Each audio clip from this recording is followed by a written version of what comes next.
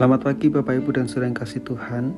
Mari kita memulai akhir pekan ini dengan terlebih dahulu membaca firman Tuhan di kitab 1 Samuel pasal yang ke-18.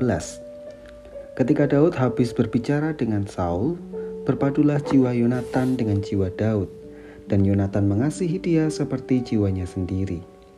Pada hari itu, Saul membawa dia dan tidak membiarkannya pulang ke rumah ayahnya. Yonatan mengikat perjanjian dengan Daud karena ia mengasihi dia seperti dirinya sendiri. Yonatan menanggalkan jubah yang dipakainya dan memberikannya kepada Daud, juga baju perangnya sampai pedangnya, panahnya, dan ikat pinggangnya. Daud maju berperang dan selalu berhasil kemana juga Saul menyuruhnya, sehingga Saul mengangkat dia mengepalai para prajurit.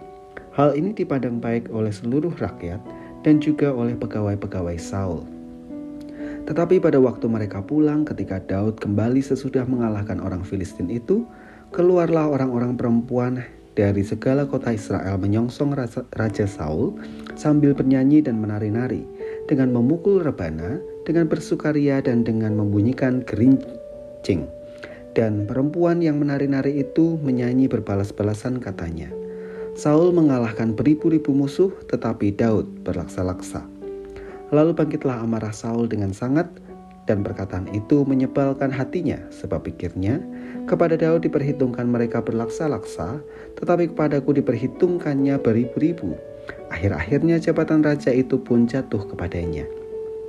Sejak hari itu, maka Saul selalu mendengki Daud. Keesokan harinya roh jahat yang daripada Allah itu berkuasa atas Saul, sehingga ia kerasukan di tengah-tengah rumah, sedang Daud bermain kecapi seperti sehari-hari. Adapun Saul ada tombak di tangannya. Saul melemparkan tombak itu karena pikirnya, baiklah aku menancapkan Daud ke dinding. Tetapi Daud mengelakkannya sampai 2 kali.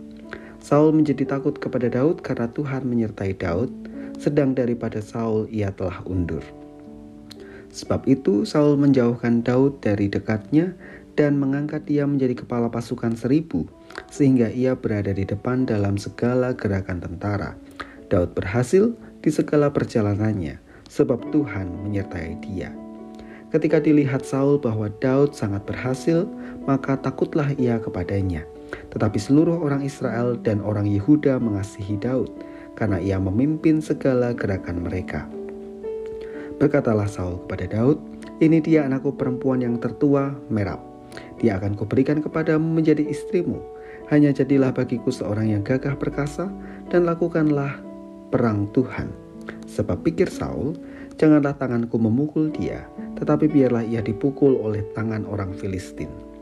Tetapi Daud berkata kepada Saul, siapakah aku dan siapakah sanak saudaraku, kaum ayahku, di antara orang Israel sehingga aku menjadi menantu raja? Tetapi ketika tiba waktunya untuk memberikan Merab anak Saul itu kepada Daud, maka anak perempuan itu diberikannya kepada Adriel, orang Mehola, menjadi istrinya. Tetapi Mikal, anak perempuan Saul, jatuh cinta kepada Daud. Ketika hal itu diberitahukan kepada Saul, maka ia pun menyetujuinya. Sebab pikir Saul, baiklah Mikal kuberikan kepadanya, biarlah ia menjadi jerat bagi Daud, dan biarlah tangan orang Filistin memukul dia. Lalu berkatalah Saul kepada Daud untuk kedua kalinya, pada hari ini engkau boleh menjadi menantuku. Lagi Saul memerintahkan kepada para pegawainya, katakanlah kepada Daud dengan diam-diam demikian, sesungguhnya raja suka kepadamu, dan para pegawainya mengasihi engkau, maka sebab itu jadilah engkau menantu raja. Lalu para pegawai Saul menyampaikan perkataan itu kepada Daud, tetapi Daud menjawab, perkara ringankah pada pemandanganmu menjadi menantu raja? Bukankah aku seorang yang miskin dan rendah? Para pegawai Saul memberitahukan kepada raja, katanya, demikianlah jawab yang diberikan Daud. Kemudian berkatalah Saul, beginilah kamu katakan kepada Daud, raja tidak menghendaki mas kawin selain dari 100 kulit khatan orang Filistin, sebagai pembalasan kepada musuh raja. Saul bermaksud untuk menjatuhkan Daud dengan perantaraan orang Filistin. Ketika para pegawainya memberitahukan perkataan itu kepada Daud, maka setujulah Daud menjadi menantu raja. Waktunya belum genap, tetapi Daud sudah bersiap. Ia pergi dengan orang-orangnya dan menewaskan dari orang Filistin itu 200 orang, serta membawa kulit khatan mereka, Dan dalam jumlah yang genap diberikan merekalah semuanya itu kepada raja, supaya Daud menjadi menantu raja. Kemudian Saul memberikan Mikal anaknya kepadanya menjadi istrinya. Lalu mengertilah Saul dan taulah dia bahwa Tuhan menyertai Daud dan bahwa seluruh orang Israel mengasihi Daud. Maka makin takutlah Saul kepada Daud. Saul tetap menjadi musuh Daud seumur hidupnya.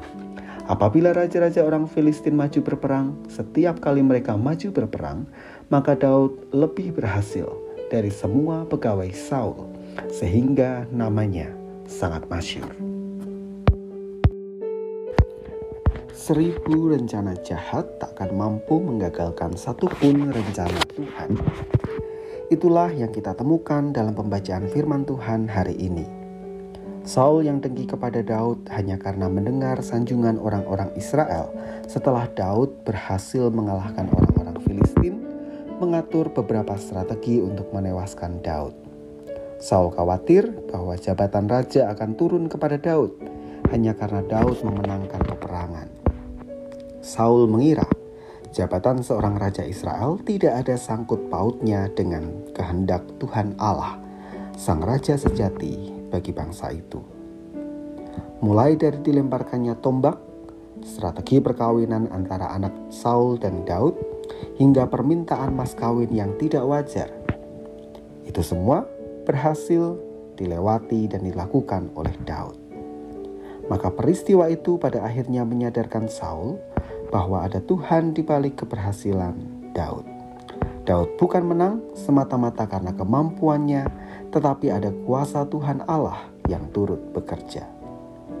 Saudara-saudara yang kasih Tuhan, dari peristiwa ini saya mengajak kita merenungkan dua hal.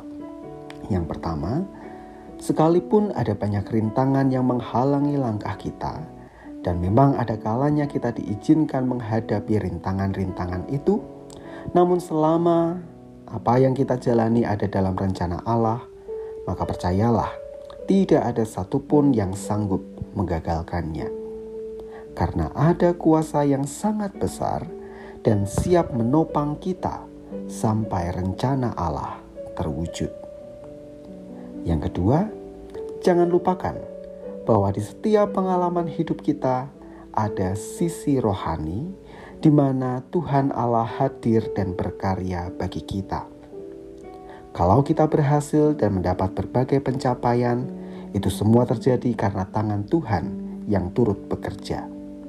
Kalaupun kita diizinkan mengalami kegagalan atau kejatuhan, maka jangan terlalu khawatir pula karena tangan yang sama masih merenda.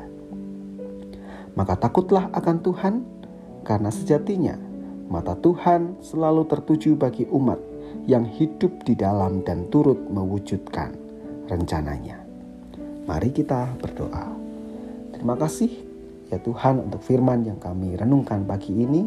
Terima kasih karena Engkau Allah yang setia bagi kami.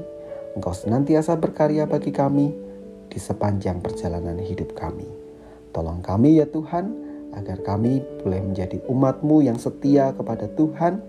Apapun yang terjadi dalam kehidupan kami, ketika kami ada dalam rencana Tuhan, sesungguhnya Tuhan tidak akan membiarkan kami, melainkan Tuhan ada bersama-sama kami sampai rencana itu terwujud.